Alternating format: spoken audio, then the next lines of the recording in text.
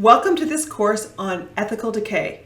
Our trust in leaders across society is in freefall, driven by countless scandals and corruption, demonstrating egregious greedy behavior by leaders in all sectors. With global trust levels below 30%, does this imply that 70% of the people in the world today lack ethical integrity? How is it that good people go bad? What happened to our morals? In this lesson, we will briefly look at one of the most notorious convicted felons in finance and learn that often we do bad things not because of greed, but because of the environment we're put in. When you graduated from university or received your professional designation, I'm willing to bet it was highly unlikely that you or any of your classmates set out on a path to commit fraud. So what happens to those people who do commit fraud between graduation and the prison cell?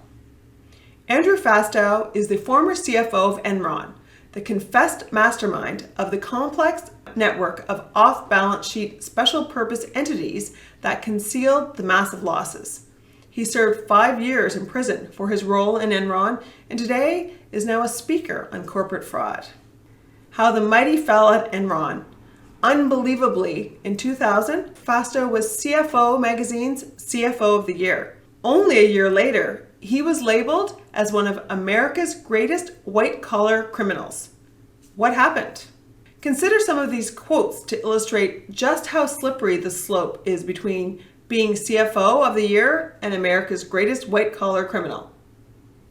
You can follow all the rules and still commit fraud at the same time. I didn't set out to commit fraud.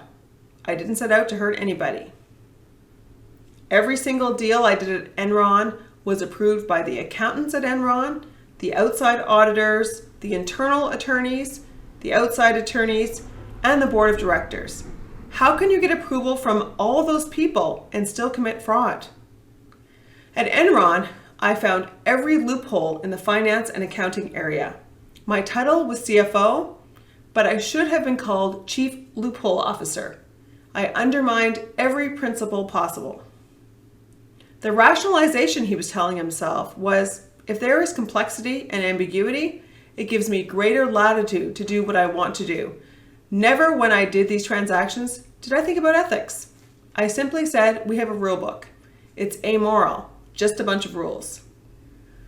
Once you rationalize this decision as perfectly fine, as being good for the shareholders, for the consumers, you've just crossed the threshold into a world where you're saying it doesn't matter what the principle of rule was, as long as we are technically following the rules. Ethical dilemmas exist all around us, and most of us go about our work without even recognizing the ethics of the decisions we're making. When you're in the business world, it's a lot harder to recognize unethical situations than you think. So what causes good people to make poor ethical decisions? Is it fear? The fear of rejection, the fear of not being cool, the fear of reprisal? Does that drive us to make poor judgments? How about short-termism, when we overemphasize the benefits we receive now and downplay costs that may happen later? Or maybe it's just impulsiveness. We have a temper, a nasty moment, we respond in a hurtful way to a situation, we make decisions on the fly. Ethical decay is hardwired into our brains, and overcoming it takes conscious awareness and restraint. In the lesson that follows, you will look at some of the ways our brains undermine our ethical judgment. In this lesson, you are going to learn of some of the most common ways that ethical lapses trickle into our judgment. We see and hear of these types of situations almost every day, and rarely do we consider the impact they have on our moral reasoning. Let's get started. Storytelling is an extremely powerful way that information is conveyed and retained, going all the way back to the caveman. We use stories to express our moral emotions like gratitude, contempt, and anger, and in sharing these, we create a shared sense of right and wrong that allows us to live together. If you remember in the earlier course when I talked about the story of Odysseus, for example. However, storytelling is as powerful a positive tool as it can be a negative tool, leading to ethical lapses. Gossip works through reciprocity. In other words, I'll tell you my secret if you tell me yours. Our brains love this stuff. It's like a form of social insurance and a sure way to build intimacy with someone. We had a participant at one of our seminars talk about the issues of gossiping at their office. A group of employees in the same department gossiped continuously through the inter-office instant message program. This created many problems, including hurt feelings, inefficiencies, and a lack of respect for others. It also created a significant amount of work for the manager to deal with this issue. Recalling our ethical intelligence principles from the previous course, when we are gossiping, there is a potential to cause harm, to disrespect others, and to be unloving. On this basis, it fails on multiple principles and can unwittingly come back to haunt you when you least expect it. Here's another fallacy that humans fall victim to repeatedly through history: obeying a consensus reality without questioning. This happens when we believe what we're told rather than stand back and consider the bigger picture. All sorts of atrocities through history have arisen from this sort of brainwashing. Consider lynchings, sacrificings, and the Holocaust. My daughter and I were visiting the London Bridge experience. It's a bit of a scare house with some history involved. The guide points to my 10-year-old daughter and proclaims her a witch. 500 years ago, when you were proclaimed a witch, there was only one way to determine whether or not it was true. So he tells my daughter, this is how we're going to proceed. He'll bind her hands and feet together and throw her into the Thames River. If she sinks to the bottom, she's innocent, but she's also dead. If she floats to the top, then she's guilty, and they will fish her out and burn her at the stake. This was an accepted practice at the time for those accused of being a witch, and no one questioned it. This one is interesting and exemplifies the power of the environment we live in and how it has a huge impact on our ethical judgment. The Stanford Prison Experiment was conducted by Professor Philip Zimbardo at Stanford University in 1971. And this was back in the day before they had a lot of ethical principles around doing experiments at universities. This experiment was designed to explore the psychological impact of the prison environment on prisoners and prison guards. Zimbardo decided to simulate a prison environment where half the subjects were randomly chosen to become prison guards and half to become prisoners. The idea was to see what happened after 2 weeks. Keep in mind that everyone was innocent and there were no crimes involved. The experiment failed after just 6 days, and there were strong signs that it was going to fail after only 2 days, with the physical, mental, and emotional abuse of the prisoners began getting out of hand. We are where we live, eat, work, and make love. The experiment highlighted just how unstable and malleable our moral judgment is in different situations. We adjust our definition of right and wrong from one situation to the next.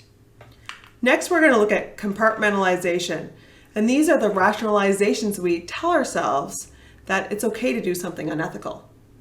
If we can change our beliefs from one situation to the next, how do we rationalize that in our brains? Don't we naturally feel guilt and remorse?